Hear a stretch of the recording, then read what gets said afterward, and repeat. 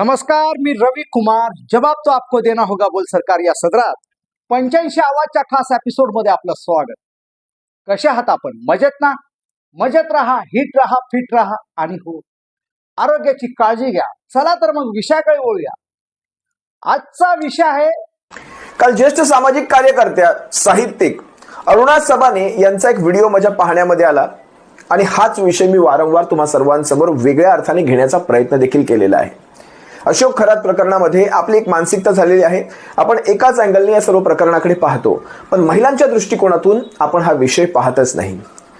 त्या सर्व नडलेल्या महिला असतील, जोर जबरदस्तीने, परिवाराचा दबाव, आणखी नातेवाईकांचा कोणाचा दबाव, या सगळ्याच्या दबावामध्ये त्या माणसाकडे गेलेल्या महिलांचं प्रकरण हे टोटल वेगळं आहे. हे याला आपण बाजूला ठेवूयात. पण त्या अशा काही महिला आहेत ज्या स्वतःहून स्वइच्छेने, स्वतःच्या मर्जीने, म्हणजे आपल्या सत्सद विवेक बुद्धीनंतर या सगळ्या प्रकरणामध्ये गेलेले आहेत. त्यांचं काय? अगदी हाच विषय ज्यावेळेस अरुणा सबाने ताईंनी ज्यावेळेस काल काढला, त्यांनी या सगळ्या महिलांवर सुद्धा कारवाई व्हावी अशी एक मागणी केली. त्यानंतर मी आजच्या माझ्या या व्हिडिओला एका वेगळ्या अर्थाने तुम्हा सर्वांसमोर ठेवण्याचा प्रयत्न करतोय. कारण म्हातारी मेल्याचं दुःख नाही, पण तो काळ सोकावत जाऊ नये. लक्षात घ्या, हे प्रकरण दिसतंय तितकं सोपं नाही. आपण याला एका अँगलने पाहू नका. याच्यामध्ये त्या महिला सुद्धा तितक्याच दोषी आहेत. ज्या एका महिलेमुळे दुसऱ्या 10 महिला त्या विश्वासाने तिथे जातात, कारण तिथे अगोदरच एखादी महिला असेल तर त्या विश्वासाने तिथे जातात. याच्यामध्ये ती जी महिला आहे जी विश्वासघात करत आहे आणि त्या मागच्या 10 महिलांना फसवण्यामध्ये तिचा सुद्धा तितकाच हातभार लागत आहे. तिला सुद्धा कायद्याचा तो जाब, जरब बसली पाहिजे. तुम्हाला नाही वाटत का? अरुणा सबाने ताई अतिशय योग्य म्हणाल्या. त्या काय म्हणतायत जर एकदा त्यांचा व्हिडिओ पहा. एक सुशिक्षित सुविद्य स्त्रिया त्यांच्या नादी लागतात. मी जेवढे व्हिडिओ पाहिले, जेवढे फोटो पाहिले, त्याच्यामध्ये एकही मला अशी अशिक्षित ग्रामीण बाई दिसत नाही. सगळ्या सुशिक्षित स्त्रिया राजकारणातल्या आहेत, प्रशासनातल्या आहेत, श्रीमंतांच्या आहेत, श्रीमंत पुरुषांच्या पत्नी आहेत. या सगळ्या शिकल्या सवरलेल्या बायांना एक साधं कसं कळत नाही की एखाद्या भोंदूचं मूत्र प्यायल्यानंतर काय होणार आहे. योनी शुद्ध शुचिरभूत करणं हा काय प्रकार आहे? स्त्रियांची योनी वगैरे काही अशुद्ध होत नसते. हे भोंदू बाबांसारखे लोक जे बलात्कार करतात त्याच्यामुळे ती खरं तर अशुद्ध होत असते. तर हा कोण की बायांची योनी शुद्ध करेल, बायांना हे करून देईल? तो हे सगळं डोक्याच्या बाहेर आहे. विशेषतः सुशिक्षित स्त्रियांच्या संदर्भात हा जो विचार माझ्या डोक्यात आला की या त्याच्या अधीन कशा झाल्या. अर्थात स्त्रियांच्या बाजूने मी काम करते. गेल्या अनेक 30-35 वर्षांपासून मी स्त्रियांसाठी काम करते, बलात्कार पीडित स्त्रियांसाठी काम करते. विषय हा आता याच्यात असा आहे की ज्या खरोखरीच त्यांच्या अधीन नाईलाजास्तव झाल्या असतील तर भाग वेगळा. पण मी जेवढे काही व्हिडिओ पाहिले, जेवढे काही फोटो पाहिले, त्याच्यामध्ये त्या स्वेच्छेनं टेबलवर झोपताना दिसत आहे. स्वेच्छेनं त्या उभ्या आहेत. स्वेच्छेनं त्यांचे चाळे अत्यंत घाणेरडे, अश्लील आणि बघू नये असे ते सगळे प्रकार होते. तर या ज्या सुशिक्षित स्त्रिया त्यांच्या अधीन झालेल्या आहेत त्यांना शिक्षा याच्यासाठी व्हायला पाहिजे. माझी मागणी ही आहे. या स्वतःहून त्या अशोक खरातच्या टेबलवर झोपणाऱ्या, स्वतःहून त्या अशोक खरातला म्हणजे सहकार्य करणाऱ्या या महिला यांना का दोषी धरण्यात येऊ नये? स्पष्ट शब्दात त्यांनी विचारलंय. यापेक्षा खालच्या शब्दात आपण काय विचारणार? खरं तर या महिलांना सुद्धा कुठलाही तो कायद्यातला लूपहोल मिळू नये, पळून जाण्याची ती पळवाट मिळू नये. इतर महिलांच्या बाबतीत आपण समजू शकतो, पण यांच्या बाबतीत अजिबात नाही. काल मी असाच एक व्हिडिओ पाहिला ज्यामध्ये चांगल्या घरातल्या महिला कशा फसतात, कसा परिवाराचा दबाव येतो. म्हणजे आपल्या घरातल्या ज्यावेळेस समस्या आपल्याकडनं सुटत नाही त्यावेळेस माणूस या भोंदू तांत्रिक मांत्रिकांच्या मागे लागतो आणि मग होत्याचं नव्हतं करून बसतो. अगदी आपल्या लहान मुलांना सुद्धा अशा तांत्रिकाच्या हातात देताना एवढा विश्वास कसा ठेवला जातो या असल्या माणसांवर. जरा हा पहा, चांगल्या घरातल्या बायका कशा फसतात. हाही व्हिडिओ पहा. कुठल्या प्रसंगाला सामोऱ्या गेल्या होत्या? जो प्रश्न उपस्थित होता की एखादी महिला ती सुशिक्षित असते, चांगल्या घरातली असते, परंतु एखाद्या भोंदू बाबाच्या आमिषाला का बळी पडते? काय असं घरात असणारा प्रश्न जसं असेल बंधत्व, आजारपण, आर्थिक विवंचना, प्रत्येक स्त्रीला असं वाटत असतं की आपला संसार आणि आपला परिवार हा सुखाचा व्हावा. पण जेव्हा इथे कुठेतरी प्रॉब्लेम्स येतात त्यावेळेस मग म्हटलं जातं की माणूस ज्यावेळेस प्रयत्न करतो आणि प्रयत्न करूनही ज्यावेळेस ते उत्तर मिळत नाही त्यावेळेस हतबल होतो आणि या हतबलतेतूनच माणूस काहीतरी मार्ग शोधतो. मग तो मार्गातून आपल्याला कोणीतरी बाहेर काढेल का, ह्या सगळ्या गोष्टीतून भोंदू बाबाकडे जाण्याचे प्रसंग निर्माण होतात. तुम्ही किती बाबांकडे गेला होता, तिथला अनुभव तुमचा काय होता? मला आतापर्यंत 4 बाबांकडे घेऊन जाण्यात आलं. निफाड, कानपूर, सांगली या सगळ्या 2-3 ठिकाणी आम्ही गेलो. तिथे गेल्यानंतर त्यांनी मोराचे पीस डोक्यावरती फिरवणं, अंगारा उडवणं, पुन्हा अग्निकुंड पेटवणं की त्या अग्निकुंडाच्या ज्या अग्नी प्रज्वलित व्हायचा त्या याच्याने की मग ज्यावेळेस माझ्या डोळ्यातून पाणी यायचं तर ते म्हणायचे की आता त्या डोळ्यातून पाणी येत आहे म्हणजे तिच्यातली जी शक्ती आहे ती हळूहळू बाहेर पडते. त्यावेळेस ते भोंदू बाबा तुम्हाला काय सांगत होते, तुम्हाला काय झालंय आणि त्याच्यावर इलाज काय सांगत होते? 2-3 ठिकाणी वेगवेगळ्या प्रकारचे अनुभव की भोंदूबाबांचं असं म्हणणं होतं की पितृदोष आहे किंवा अमावस्या पौर्णिमेला हिला तिथे असणारे जे ऍक्सिडेंट होतात रेल्वेच्या याच्यावरती तर तिथली असणारी अतृप्त आत्मा माझ्यामध्ये शिरलेली आहे आणि ती जसं म्हणेल तसं मी करते. हा, इलाज काय सांगितले होते? इलाज मग त्यांनी म्हणजे इकॉनॉमिकली खूप त्रास दिला की त्यांना भेटण्यासाठी सुद्धा स्टेप्स असायच्या. 1100 रुपये एका बाजूचे, 3,500 रुपये एक अग्निकुंडाचे 3,500 रुपये, असे 11 अग्निकुंड. पुन्हा ब्लॅक मॅजिक काढण्यासाठी वेगळा पैसा. बाहेर कशा पडली? यातून बाहेर ज्यावेळेस मी माझ्या मुलीला घेऊन गेली, माझी 3री-4थी भेट असेल कानपूरला, आणि ज्यावेळेस मला म्हणतात ना स्त्रीला एक तो 6th सेन्स असतो, मला असं वाटलं की आपण एक पावलं पुढे जातोय पण आता कुठेतरी धोका आहे आणि ते धोक्याची की माझ्या बाबतीत आजपर्यंत जे घडलं ते ठीक होतं पण माझ्या कवळ्या मुलीच्या बाबतीत अशा काही गोष्टी घडू नये. अशा वेळेस मी ट्रेनमध्ये रिटर्न येत असतानाच कानपूरवरनं मी ज्यावेळेस रिटर्न येत होते. अतिशय वाईट परिस्थिती आहे समाजामध्ये. आपण नेमकं कुण्या दिशेने जातोय मला माहित नाही. बरं, हे फक्त काय अशोक खरतापुरतं प्रकरण आहे का? प्रत्येक गल्लीबोळामध्ये, प्रत्येक तालुक्यामध्ये, प्रत्येक जिल्ह्यामध्ये अशा अनेक गल्लीबोळा असतील ज्यामध्ये असले खरात हजारोंच्या संख्येने आहेत. बरं, नाशिकचाच आपण विचार केला, त्याच नाशिकमध्ये एक बातमी येऊन गेली, तुम्हाला कळाली सुद्धा नसेल. एक एरंडे, ज्योतिष एरंडे, ह्या माणसाकडे सुद्धा जवळपास 121 व्हिडिओ मिळाले महिलांसोबतचे. बरं, मोठमोठाले व्हिडिओ आहेत ते, तासाचे व्हिडिओ आहेत ते. त्याचे व्हिडिओ काय इथे दाखवत बसणार नाही आपण, पण त्याच्याही बाबतीत असाच प्रकार घडला. त्याच्या ऑफिस बॉयने त्याचे सगळे व्हिडिओ चोरले आणि त्याच्याकडे 12 लाखाच्या खंडणीची मागणी केली. मग त्यानंतर म्हणजे किती अंगामध्ये यांच्या किती आत्मविश्वास असतो की आता आपण पोलिसांमध्ये जाऊयात, पोलिसांना सांगूयात अशा प्रकारची खंडणीची मागणी होते. आणि या खंडणीची मागणी करण्यासाठी खंडणीच्या विरोधात ज्यावेळेस हा व्यक्ती एरंडे नावाचा पोलिसात गेला त्यावेळेस हा स्वतःच फसला आणि त्यानंतर पोलीस तपासामध्ये उघडकीस झालं की जवळपास 121 व्हिडिओ यांचे आहेत अनेक महिलांना फसवल्याचे. हे नाशिकमधलंच प्रकरण. म्हणजे खरातासारखाच, खरातची 100 असतील पण खराताच्या पुढे जाऊन ह्याने 121 व्हिडिओ काढले. हा खरातचा पार्ट 2 निघाला, तेवढा प्रसिद्ध झाला नाही कारण त्याचे व्हिडिओ अजून तेवढे बाहेर आले नाहीत. पण हा सुद्धा एरंडे नावाचा भोंदू सुद्धा महिलांना फसवत होता. काय चाललंय आपल्याकडे, जरा पहा ही बातमी पहा. नाशिकमध्ये महिलांच्या लैंगिक शोषणाचा अजून एक तितकाच भयंकर आणि धक्कादायक प्रकार उजेडात आलाय. सातपूर परिसरात घडलेल्या घटनेमुळे नाशिक शहर पुन्हा एकदा हादरलंय. सोशल मीडियावर व्हिडिओ व्हायरल करण्याची धमकी देत 12 लाखांची खंडणी मागितल्याचा आरोप करत सातपूर पोलीस ठाण्यात एक गुन्हा दाखल झाला होता. त्यानुसार पोलिसांनी चौघांना बेड्या ठोकल्या आणि चौकशीला सुरुवात केली. चौकशीतून तक्रारदाराचेच महिलांवरील अत्याचाराचे शेकडो व्हिडिओ पोलिसांच्या हाती लागले. स्वयंघोषित पत्रकार असलेला तक्रारदार एरंडेच्या मोबाईल आणि टॅबमध्ये 121 व्हिडिओ क्लिप्स आढळून आल्या. या व्हिडिओंचा कालावधी 2003 ते 2025 असल्याचं समोर आलंय. एरंडेनं आपला मोबाईल आणि टॅब चोरीला गेल्याचं सांगत आपल्याला ब्लॅकमेल केलं जात असल्याची तक्रार पोलिसात दिली होती.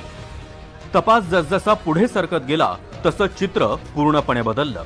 आता एरंडे विरोधातच महिलांचं लैंगिक शोषण आणि अॅट्रॉसिटी अंतर्गत गुन्हा दाखल झालाय. नाशिक पोलिसांनी या प्रकरणातही पीडित महिलांना पुढे येऊन तक्रार देण्याचं आवाहन केलंय. तसंच तपासासाठी महिला अधिकाऱ्यांची नियुक्ती करण्यात आली आहे. या प्रकरणात अजूनही काही धक्कादायक खुलासे होतील अशी शक्यता पोलिसांनी वर्तवली आहे. डेव्हलपमेंट अशी आहे की त्याच्यातल्या त्या एकूण व्हिडिओचं जेव्हा आम्ही त्याच्यातून निष्कर्ष काढला तर त्याच्यामध्ये एकूण 121 असे व्हिडिओज आहेत ज्याच्यामध्ये वेगवेगळ्या महिलांचे पण त्याच्यात व्हिडिओज आहेत. आणि त्यातल्या एका पीडित महिलेनं आमच्या समोर येऊन तक्रार दिल्यानं यातला जो मूळ आमच्या ब्लॅकमेलिंगच्या गुन्ह्यातला जो फिर्यादी होता त्याच्या विरुद्ध आम्ही एक बलात्काराचा तसेच अट्रॉसिटी कायद्याअंतर्गत गुन्हा दाखल केलेला आहे. त्या गुन्ह्यामध्ये आम्ही त्याला अटक देखील केलेली आहे आणि त्याचा पुढील तपास जे आहे ते आमचे एसीपी अंबड सचिन बारेसाहेब करतायत आणि याच्यामध्ये आणखीन इतरही काही शोषित महिला आहेत का याचा आम्ही शोध घेतो आहोत. त्याकरता देखील आम्ही एक महिला अधिकारी देखील रवींद्र एरंडे हा 2003 पासून अनेक महिलांना उद्योग उभारणीचा आमिष दाखवून आपल्या केबिनमध्ये बोलवायचा. त्यांच्या अडचणीचा फायदा घेत त्यांच्यावर अत्याचार करायचा. धक्कादायक बाब म्हणजे या प्रकाराचं तो छुप्या पद्धतीनं व्हिडिओ रेकॉर्डिंग करायचा. हे सर्व व्हिडिओ त्यानं आपला टॅब आणि एका हार्ड डिस्कमध्ये साठवून ठेवले होते. एरंडेकडे ऑफिस बॉय म्हणून काम करणाऱ्या आकाश बकरेनं त्याचा टॅब आणि हार्ड डिस्क चोरली. त्यात 100 पेक्षा अधिक अश्लील व्हिडिओ पाहून त्यानं आपल्या 3 मित्रांसोबत एरंडेला ब्लॅकमेल करायला सुरुवात केली. एरंडेकडे त्यांनी 12 लाख रुपयांची खंडणी मागितली. सुरुवातीला एरंडेनं 10,000 रुपये दिले. मागणी वाढत गेली, त्यामुळे त्यानं सातपूर पोलिसात तक्रार दिली. मात्र पोलिसांनी केलेल्या तपासात जे काही समोर आलंय त्यामुळे संपूर्ण नाशिकमध्ये पुन्हा एकदा मोठी खळबळ माजली आहे. त्याच्यामध्ये साधारणपणे जो काही आतापर्यंत तपास झालेला आहे त्याच्यामध्ये प्रथम दर्शनी असं दिसतंय की 2003 ते 2025 अशा या व्यापक कालावधीमधले हे व्हिडिओज आहेत. एकूण आतापर्यंत 121 व्हिडिओज आहेत असं साधारणपणे निष्पन्न होत आहे आणि हे प्रत्यक्षात त्यांनी कुठल्या उद्देशाने केलं त्याच्यामध्ये आता आम्ही जी पीडित महिला आमच्या समोर एक आलेली आहे त्याच्यामध्ये तर त्या महिलेला अशा संदर्भातला कुठला व्हिडिओ काढण्यात आलेला आहे याचं कुठलंही नॉलेज नव्हतं.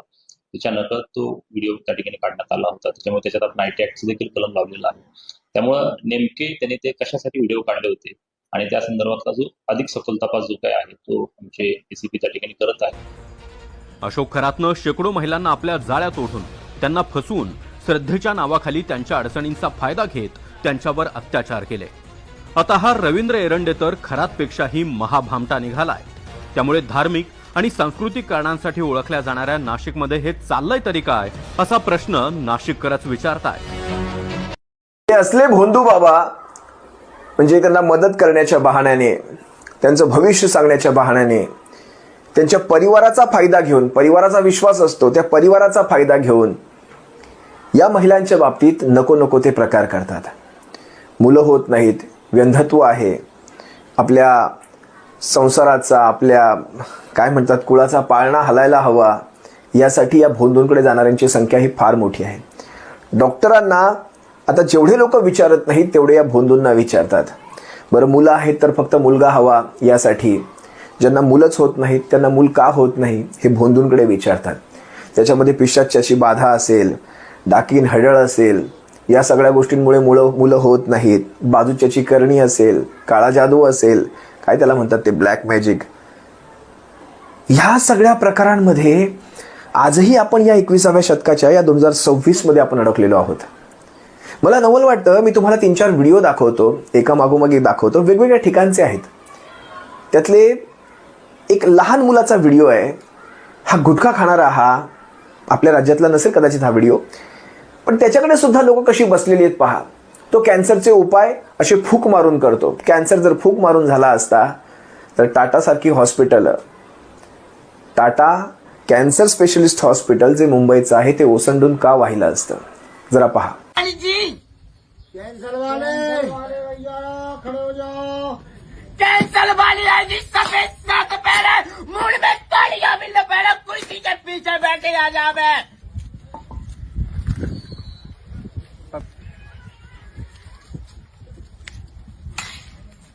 कैंसल किया है जी. क्या मुंह में है क्या कैंसल? जिम में है. अच्छा जिम में है. खड़े हो, माँ देखो.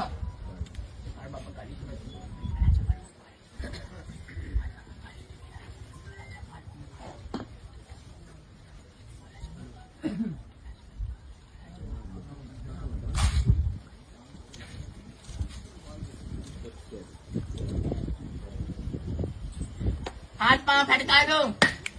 अब 2-3 हफ्ता हो गया लेकिन तुम्हाला आणखी एक व्हिडिओ अहिल्यानगरचा दाखवतो, ज्यामध्ये फक्त असा मंत्र मारून एका महिलेचा जो वर जात नव्हता तो हात वर जाऊ लागला. ह्या असल्या यांना काय म्हणावं या असल्या माणसांना? हात कधीपासून वर नाही जात? 2 वर्ष झाले. डॉक्टरने नॉर्मल गॅप वगैरे काय सांगितलं का? सांगितलं होतं तसं. गॅप दाखवायला उजव्या बाजूला शिरदंडी दाखवायची. हा. जी काय हवानारूपी प्रक्रिया केली आहे त्याची ऊर्जा पूर्णतः शरीरामध्ये सक्रिय झालेली आहे. हो शिव हात वर गेला बघा लगेच, मन का मोकळा झाला. वर गेला माझा हात. गेला का 100% हो, 100% गेला, होतच नव्हता असं. त्यानंतर एक महिला मांत्रिक दाखवतो जी बाटलीमध्ये फूक मारून एका व्यक्तीला म्हणते तुझ्यावर करणी झालेली आहे. म्हणजे ते नंदीवाले येतात ना आपल्या घरी, नंदीवाले वासुदेव, ते कसे एकाच कॅसेटमध्ये एकाच लईमध्ये सगळं सांगतात. ज्या गोष्टी प्रत्येकाच्या आयुष्यामध्ये ह्या कॉमन असतात, प्रत्येकाच्या आयुष्यात त्या गोष्टी घडत असतात. यश येत नसतं, मुलं मस्तीखोर असतात, बायको भांडखोर असते, त्यानंतर कामामध्ये तुमचं मालकाशी पटत नाही, हातात पैसा टिकत नाही किंवा कर्ज असतं. ह्या सगळ्यांच्या बाबतीत ह्या गोष्टी, तुम्हा आम्हा सर्वसामान्यांच्या बाबतीत ह्या गोष्टी ह्या कॉमन आहेत. त्याच गोष्टी सांगायच्या, विश्वास संपादन करायचा आणि लोकांना सांगायचं तुझ्यावर बाजूच्यांची, ते मांत्रिक काय सांगतो, तुझ्यावर बाजूच्याची करणी झालेली आहे, ती उतरवावी लागेल. आणि त्यासाठी हे मोठमोठे रेट कार्ड घेऊन बसतात. पहा, आपके घर में तंत्र किया हुआ है जी, किसी ने कुछ किया हुआ है आपके घर में, जिससे सारे आपके काम बंद हैं, आपका कुछ भी सही नहीं है। ठीक है, आप जो पूजा कर रहे हैं वो भी नहीं लग रही आपकी। ठीक है, यही है। जिस काम में हाथ डाल रहे हैं वो अगर 1% चल रहा है तो 10 कदम पीछे हुए जा रहे हैं आप। ठीक है, या सगळ्यांमध्ये आणखी एक मजेशीर व्हिडिओ, हा जीभ बाहेर काढून काय बोलतोय, काय हातवारे करतोय मला काही कळत नाही, पण लोक त्याच्या पुढे नतमस्तक होत आहेत. कुठल्या जमान्याकडे आपलं हे पळणं चालू आहे?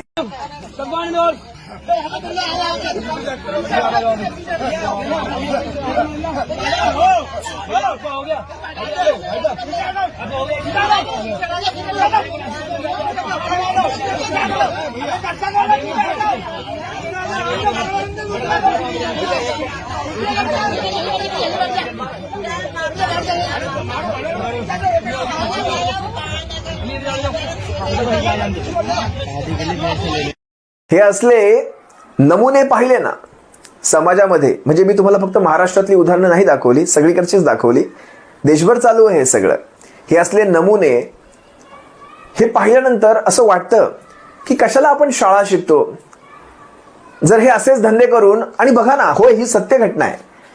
आज कित्येक बुवा बाबा प्रवचनं घेतात, सत्संग भरवतात, सगळ्याच धर्मांमधलं, मी फक्त हिंदू धर्माचं म्हणणार नाही, सगळ्याच धर्मांमध्ये.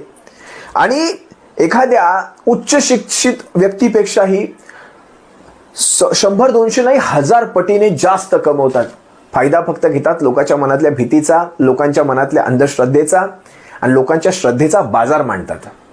हे बुवा, हे बाबा प्रवचनकार नावाने, प्रवचनाच्या त्या गोंडस नावाखाली तुमची आमची फसवणूक करतात. आज त्या मगाशी ज्यावेळेस मी म्हटलं, त्या अंजनाताई यांनी जे सांगितलंय त्याच्याकडे कदाचित काही बायका वेगळ्या अर्थाने पाहतील, पण त्यांनी योग्य सांगितलंय. स्वइच्छेने जर तुम्ही एखाद्याकडे जात असाल, स्वइच्छेने तुम्ही काही सांगतोय त्याला एकदम हामी भरत असाल, सांगतोय त्याप्रमाणे वागत असाल, स्वइच्छेने स्वतःच्या मनाप्रमाणे आणि डोळे खुले ठेवून, असं नाही की कुठली काही करणी केली आहे, काही तुम्हाला काही दिलंय त्यानंतर तुम्ही काही स्पष्टपणे कळतंय, हे स्वइच्छेने होत आहे, मग काय अशा बायकांवर कारवाई झालीच पाहिजे. असो, अनेक गोष्टी आहेत यामध्ये, मी काही तेवढ्या खोलात जात नाही. अनेक नावं बाहेर येतील, अनेक नावं आहेत याच्यामध्ये. पोलीस प्रशासन सगळं ह्याचा तपास करेल, त्यांना वाटलं तर ते नावं उघड करतील. नाही